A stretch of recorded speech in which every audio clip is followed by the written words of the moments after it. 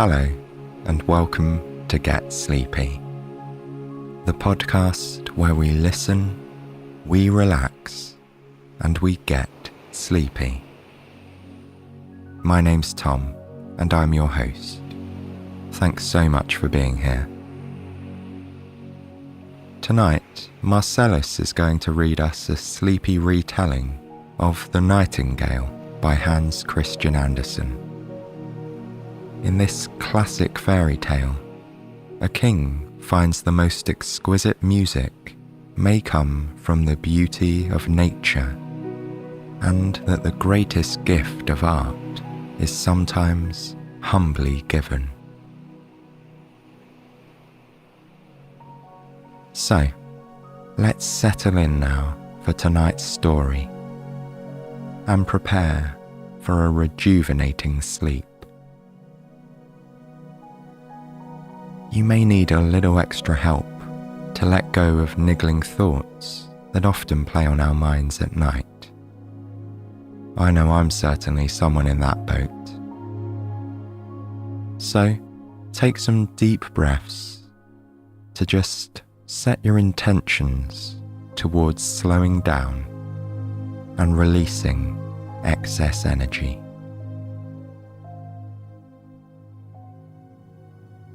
As your breathing falls into a gentle, consistent pattern, begin to picture yourself looking up at the sky. In this sky, there are a scattering of clouds drifting on the breeze. Those clouds can represent your thoughts and worries. In just the same way that you can watch and observe the clouds drifting by, you can become the observer of your thoughts too. Any thought that presents itself, just gently send it up into the sky to join with the other gently floating clouds.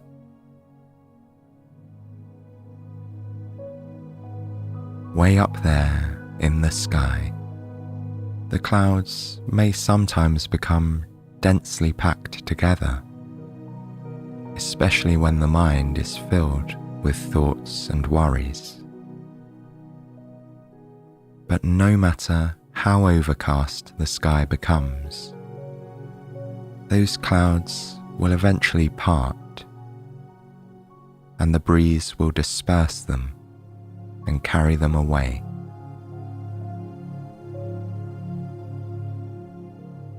So as you enjoy each calming exhale, observe the clouds as they disperse and drift off out of sight.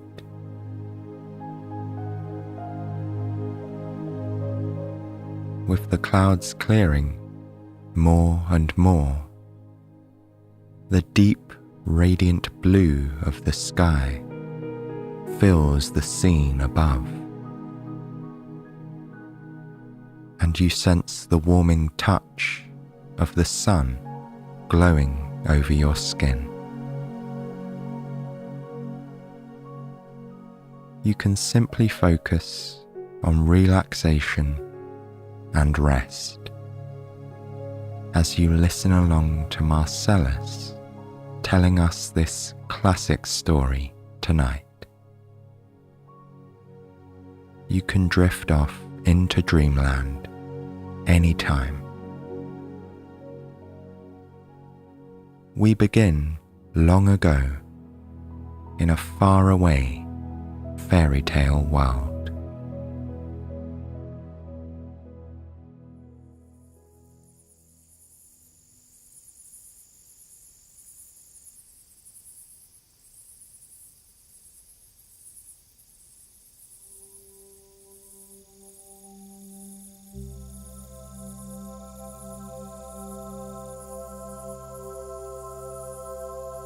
Once upon a time, There was a vast kingdom of legendary beauty. It stretched a great distance, surrounded by soaring cliffs that bordered deep blue-green seas. And it was filled with peaceful woodlands and fields of wildflowers. On its eastern side lay a thriving city. At the center of this dazzling city was a palace, so exquisite that travelers spoke of it far and wide.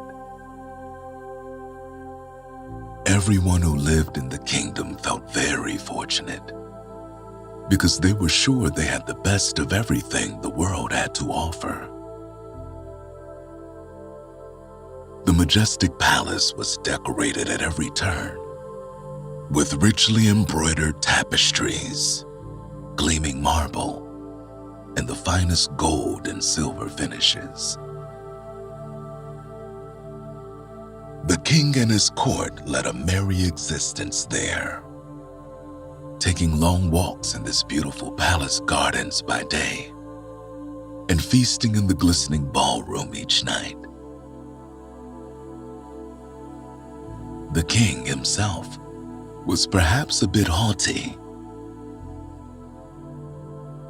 but he was also known to be a reasonable and wise man. His humble subjects were content enough, and the nobles who enjoyed his great riches were very happy indeed.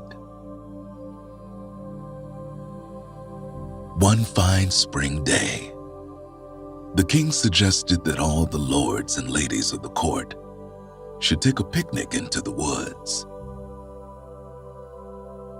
They could roam the enchanting shady paths and dip their feet in the bubbling streams. The courtiers thought it was a wonderful idea, and many delicious treats were packed in baskets to be carried along.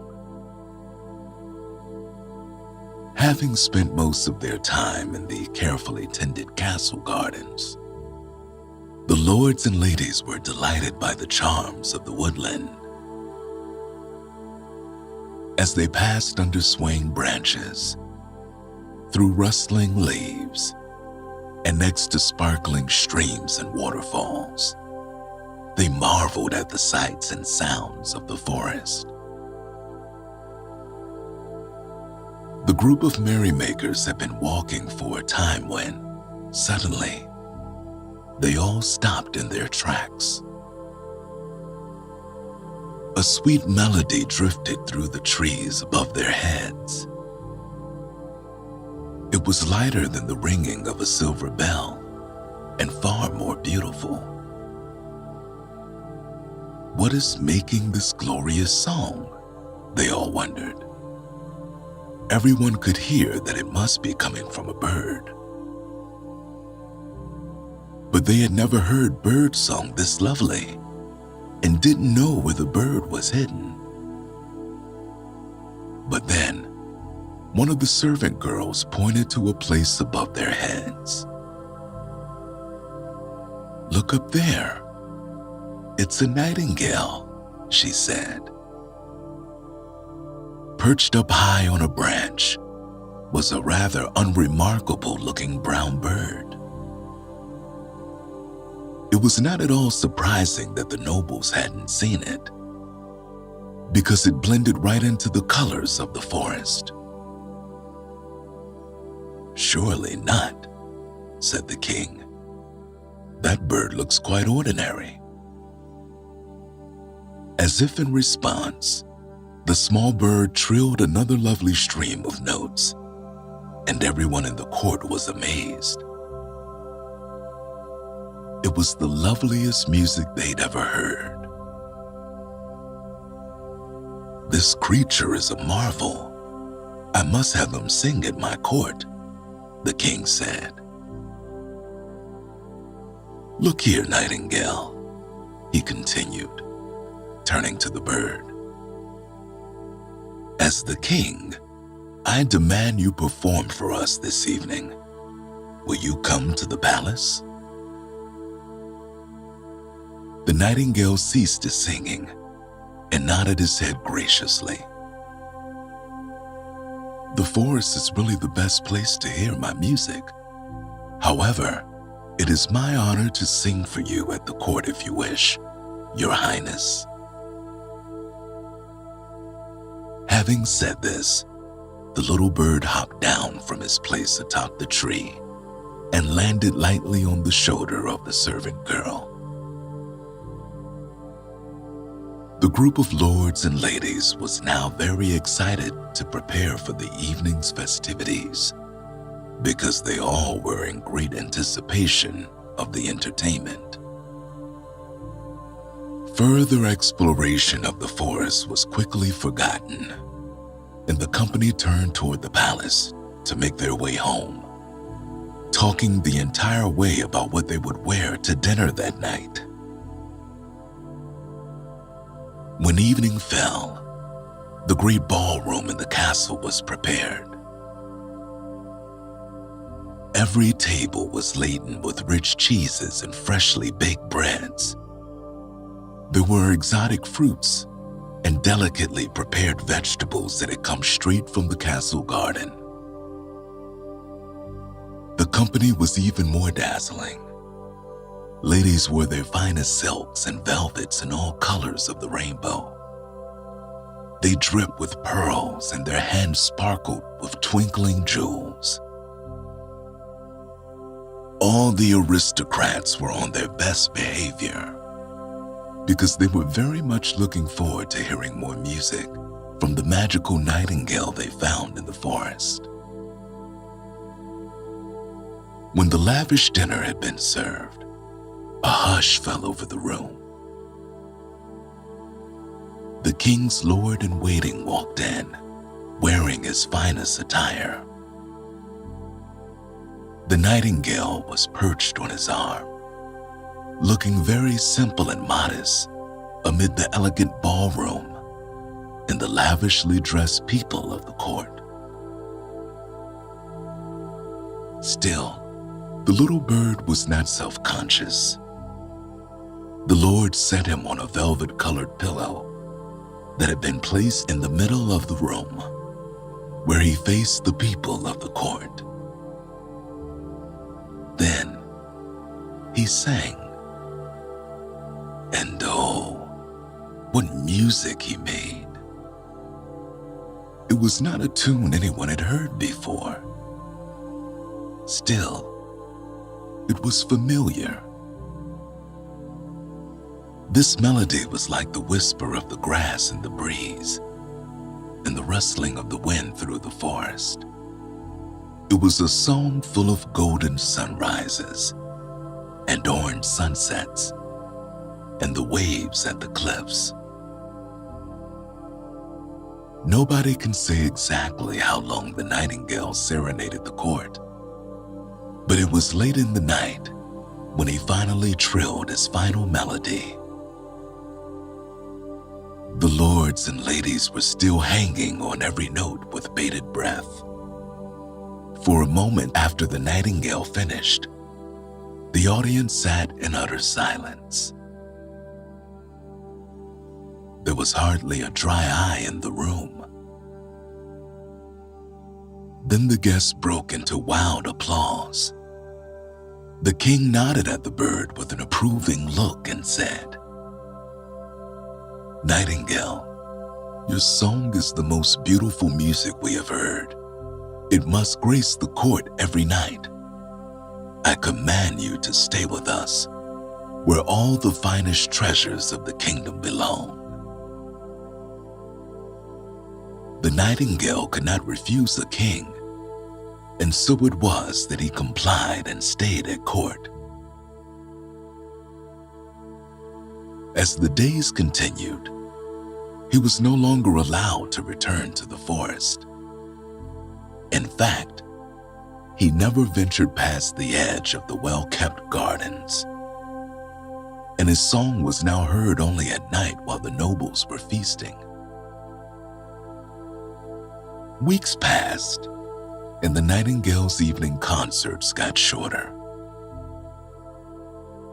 He was slowly becoming exhausted from the nightly entertainment, and he missed his life in the forest. There was nothing inspiring for him in the glittering halls of the palace.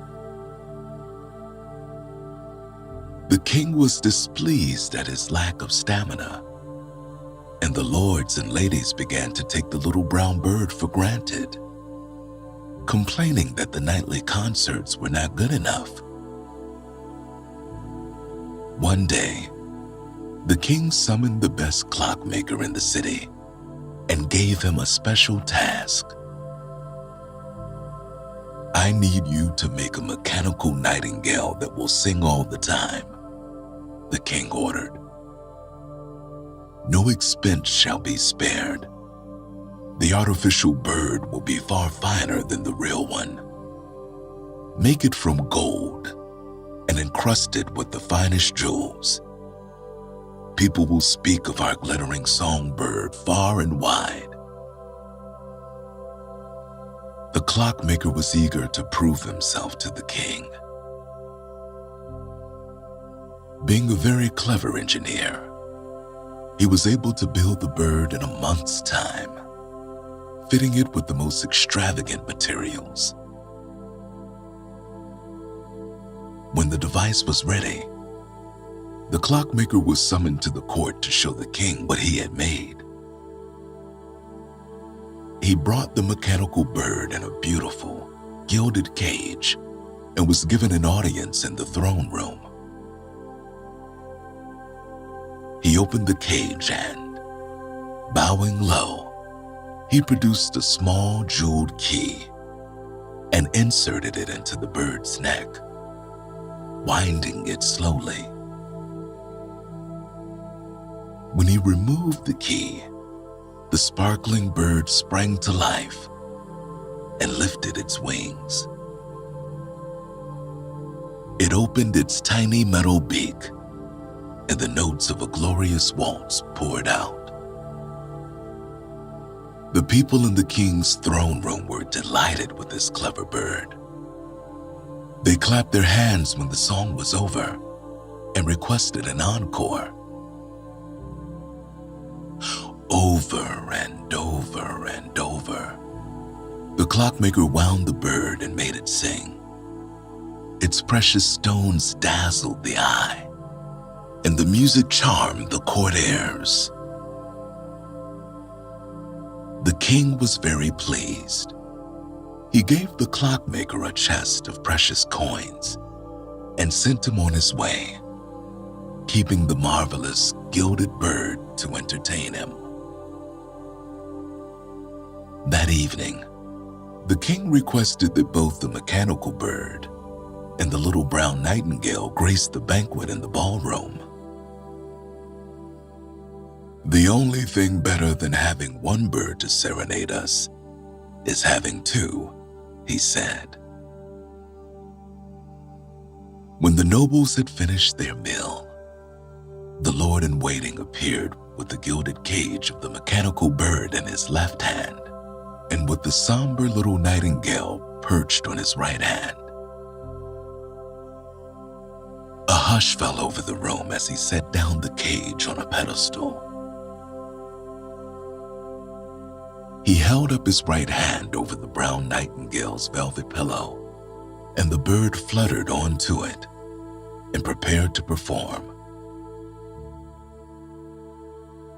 The lord-in-waiting then produced the jeweled key and showed it to all who were present. An excited hum was heard from the guests around the room. The lord then dramatically wound the bird and released the key, and the mechanical bird began to sing its perfectly timed melody. The brown nightingale attempted to join in with its own trill, but it couldn't seem to figure out how.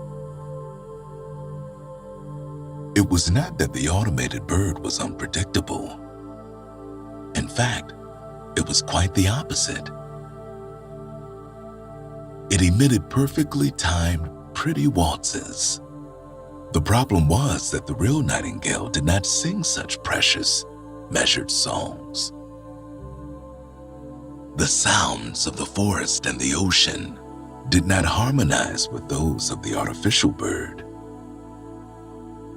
and his live companion soon became flustered and ceased his song entirely. Meanwhile, the court heirs were delighted with the clever waltzes the mechanical bird was singing. They leapt from their seats and began to dance, calling to the Lord in waiting again and again to wind the jeweled bird and play another tune. In the commotion, the true songbird was forgotten. And eventually, the king waved impatiently at one of his other servants to carry the live bird away. The lord and ladies made merry far into the night, listening to as many songs as they wanted. This marvelous new metal bird never tried, and its song never ceased until the people were too sleepy to dance anymore. After that, every night, the lord-in-waiting would bring the precious mechanical bird to dinner. And as the days went on, all the court heirs completely forgot about the real nightingale. After several nights of being ignored, the brown bird left the castle and flew toward the forest. As he fled, he passed the servant girl who was picking herbs in the garden. She looked up and asked him, "Nightingale, where are you going?" He perched on a nearby trellis and said, "I am returning to my home in the forest because I am no longer needed or wanted here. In truth, I've missed my life in the woodland, and I am glad to retire from my life at court." Although she knew she would miss him, the servant girl understood. She waved goodbye and promised to seek him out next time she walked through the forest to visit her mother. With that, the nightingale left the palace grounds. Incredibly, not one other person noticed that he was gone. The king and his nobles were completely fixated on the charms of his bejeweled replacement. In fact, the king had become so attached to the constant bird song that the mechanical bird was also placed in his room at night. The bird sang him to sleep each evening. Indeed, without the melodies from his glittering bird, it was said the king could not slumber at all. Life at the court went on in this manner for many months, and the story of the original nightingale became a distant memory. The artificial bird played its limited repertoire of songs countless times. Hundreds, maybe thousands of performances passed, and it continued to sing. It was truly a centerpiece of life in the palace, and it never slowed down. One fateful day, however, the mechanical bird finally gave out. It was during the evening banquet that it happened. The lord-in-waiting wound the bird for the 10th or 15th time that night, and it began to sing. Then, suddenly its wings froze midair, and its little beak stuck all the way open. Then, the bird warbled and stopped. The room fell silent as the entire court turned to stare at the gilded cage, Flustered, the lord-in-waiting patted its head. He tried to turn the key again. He spoke to the bird encouragingly, even though it was made of metal. It was all to no avail. It had popped a spring or lost a cog. Whatever the case, the golden bird could sing no more. The king demanded that the clockmaker who created the bird be brought to him to repair it. Alas, the clockmaker had used the riches the king paid him to leave the city in search of bigger and better things. One craftsman after another was brought to diagnose and fix the broken bird, but each one failed and was sent away. It was no use. It could not be repaired. Now, deprived of his soothing bedtime song, the king fell into a deep melancholy. He took to his bed, but could not seem to sleep. The palace cook devised all manner of tempting delicacies to send to his chamber, but he had no appetite. Elegant cakes, sweet fruits, delicious hot chocolates, and even his favorite candies were returned untouched to the kitchen. For many days and nights, the noble stood watch by his bedside, trying to raise his spirits with stories, games, and entertainment. Still, he would not be consoled. They eventually gave up and left him in peace, tiptoeing out of his room and quietly closing the door. Things were looking rather hopeless for the king. As it happened, however, there came a day when the servant girl found herself traveling through the woods to visit her mother.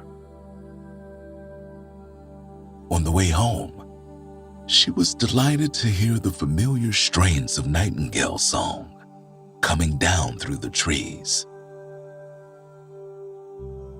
"Nightingale, please show yourself," she pleaded. "Our king needs your help. He is pining for your music and cannot be comforted." The little brown bird hopped down to a branch above her head and nodded obligingly. "Take me to the place, and I will do what I can," he said. He fluttered to perch on her arm, and with that, the pair proceeded through the woods and back toward the palace, where the king still languished alone in his bedchamber. When they reached the gardens, the nightingale said, "Do not bring me inside. I will see the king, but I want to speak with him alone." The girl understood and waved farewell as the bird took flight and landed on the sill of the king's open window. Looking inside, the nightingale could see him lying in his canopy bed, staring at the wall. He was a shadow of the man the nightingale remembered. Summoning his most heartfelt song, the nightingale opened his beak and quietly began to sing. Once again, after so long, the sad king heard the unparalleled music of the natural world. The melody spoke again of the whisper of the grass in the breeze and the rustling of the wind through the forest. The bird once again sang sweetly of golden sunrises and orange sunsets and the waves at the cliffs. With each note, The king felt his vitality returning. A rush of happiness flooded his heart, and the very stars seemed to shine more brightly in the sky above the gardens outside his window. The nightingale sang on and on, and the king wept tears of pure joy. He remembered how much he loved the world outside his room, and he wanted to be out enjoying it once more. When the little brown bird finally rested, the king spoke. "Nightingale, I beg you, return to the palace and sing for us again. No golden bird could ever truly replace you, and I cannot imagine losing your music a second time." The nightingale cocked his head to the side thoughtfully and responded, "Your Highness, I will return to sing for you on one condition. I must be free to come and go as I please. My music is not meant for grand rooms and velvet pillows. My songs are at their best when they are freely given." The king gladly agreed to the nightingale's conditions. After that, the sweet little bird returned to the court to serenade the lords and ladies from time to time. And his concerts were considered a rare and special privilege. But the king had a special secret. Every night, when his lord-in-waiting had withdrawn, and he was snugly tucked into his royal bed, the nightingale will appear at the window of the royal bedchamber and serenade the king to sleep. So it was that joyfulness was restored to the kingdom. The king was reminded of his love for the beautiful natural world around his palace. Forevermore, each night, he would drift away on a sea of dreams while listening to a very unassuming little bird sing the most beautiful melodies he'd ever known.